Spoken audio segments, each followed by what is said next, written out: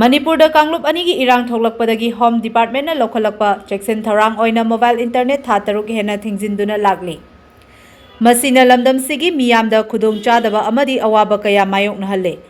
Lamdamsigi miyamnasu internet ki athingba lokthokpinaba maikai kayadagi taksinnarakli.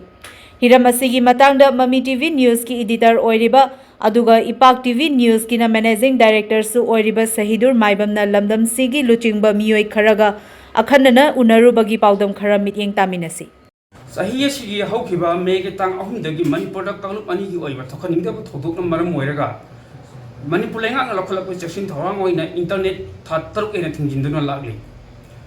Haukiba September ki tang 16 da internet ki athing block thoktuna mu hangdoki adu bleyok thibadi mahairoi anigi asi basang social media da bahil oirakpadagi am khalak internet ki athing budu ngasi phawba thingjinduna lagli. Adu internet thingjindri haiduna Ujik oiriba Manipur irang ngasi khara safarapra haibadi oidri masina maram oirek lamdamsigi miyamda maruoina mahairoi sing amadi business pola singda yana chaun setting am pibata natana lamdamsigi oiba support tharang da chumani halapagum tawi masina lamdamsigi tonga masiya susing amadi miyamna sulenga ki maikai internet handok pinaba taksinduna lagli hirammasigi matangda lengang na khanam mien changbagi tangai phatabudule hirammasigi matangda lamdamsigi tonga bal chingmi kharaga akhanana unarubagi paudam khara mien taminasi internet hojik mafam khara da specific oiba district khara da pireko pibodi leigre na phongdo e adu specific oiba district khara da piri basi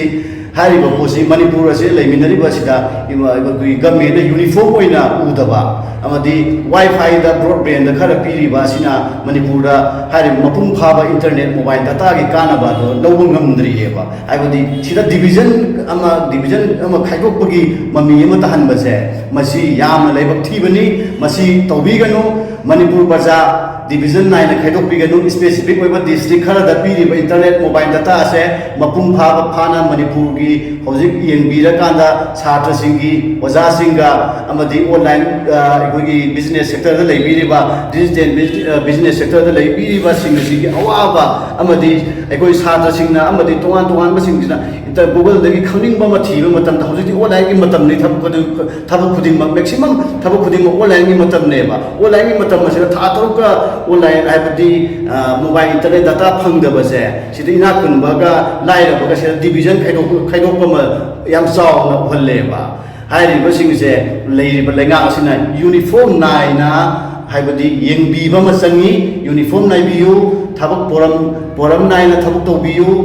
aduga le lamdam masida thokpa lamdam masigi issue ase isa khakna loisan ga dobani ado Delhi na somom da sepapada Manipur government somda chepa adulagi Delhi na somda sepapa kanda eko Manipur government somda chepa gi thabak ase masi tawbiganu ahan mukta da ik marup Sahidur Mami TV News ki editor bibata na tanay Ipak News kusu managing director biba ik marup sigumatan jampi bibita mukta ik ahan mukta da mamkelita tagache Oji Manipur da koigi internet tinjinna maram orakanda internet da rely toroga hinjaramba net yautragadi senthok lambi na chingmada yamna panbo oiriba koigi chilinau net na koigi chakhau thakchari basing adaiti toan net ki oiba thabok mayam toiba singi mafumnadi achauba koigi nuai taba duga aruba tanfum oi asida sunatana maruena satra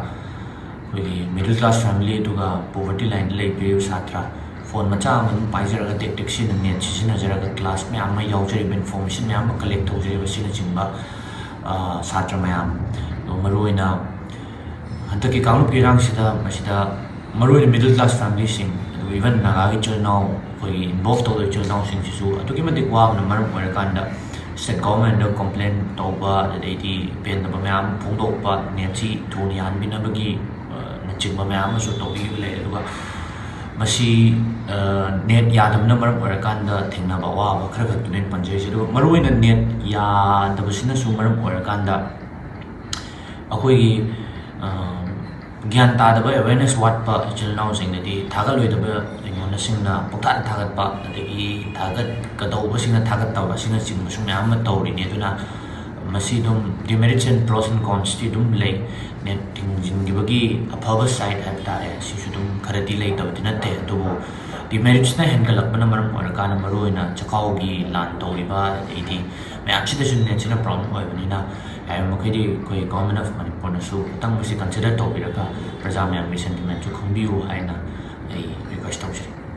ꯑꯍꯥꯟꯕꯃꯛꯇꯗ ꯑꯩꯈꯣꯏ ꯏꯅꯥꯎ ꯁꯩꯗꯨꯔ ꯃꯥꯏꯕꯝꯕꯨ ꯊꯥꯒꯠꯄ ꯐꯣꯡꯗꯣꯛꯆꯔꯤ ꯏꯟꯇꯔꯅꯦꯠꯀꯤ ꯑꯩꯈꯣꯏ ꯕꯦꯟ ꯇꯧꯕꯒꯤ ꯅꯨꯃꯤꯠ ꯃꯉꯥꯅꯤ ꯁꯨꯝ ꯇꯧꯔꯛꯇꯅ ꯑꯩꯈꯣꯏ ꯉꯁꯤ ꯐꯥꯎꯕ ꯂꯥꯛꯄꯁꯤꯅ ꯃꯅꯤꯄꯨꯔꯒꯤ ꯂꯩꯔꯤꯕ ꯃꯄꯨꯡ ꯑꯣꯏꯅ ꯍꯧꯖꯤꯛ ꯑꯩꯈꯣꯏꯅ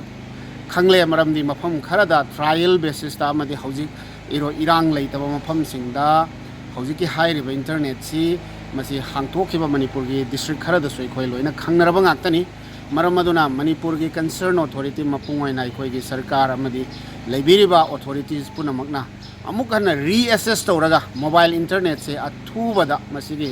ꯂꯩꯔꯤꯕ ꯕꯦꯟ ꯑꯁꯤ ꯂꯤꯐ ꯍꯥꯏꯗꯤ ꯂꯧꯊꯣꯛꯄꯤꯅꯕꯒꯤꯗꯃꯛꯇ ꯑꯩ ꯑꯦꯖ ꯑ ꯌꯥꯝꯅ ꯀꯟꯁꯔꯟ ꯁꯤꯇꯤꯖꯦꯟ ꯑꯃ ꯑꯣꯏꯅ ꯑꯩ ꯉꯁꯤꯒꯤ ꯑꯩꯈꯣꯏꯒꯤ ꯏꯅꯥꯎ ꯁꯩꯗꯨꯔ ꯃꯥꯏꯕꯝꯒꯤ ꯑꯩꯈꯣꯏꯒꯤ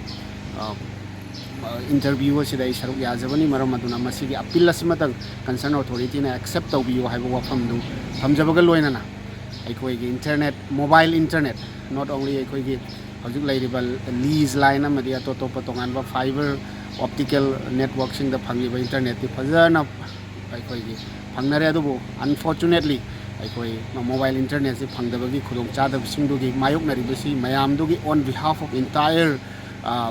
people of Manipur की महूत सिंजरग मदुगी अपील दो मतक तौजरी सरकार न मसी अथुबदा मसीगी दमकता अखोइगी बैन तौरिबसे हांगदोकपियो हाइबा अपील दो तौजरी Hello everyone, it is IPAP TV News, a news networking channel dedicated to the cause of human rights.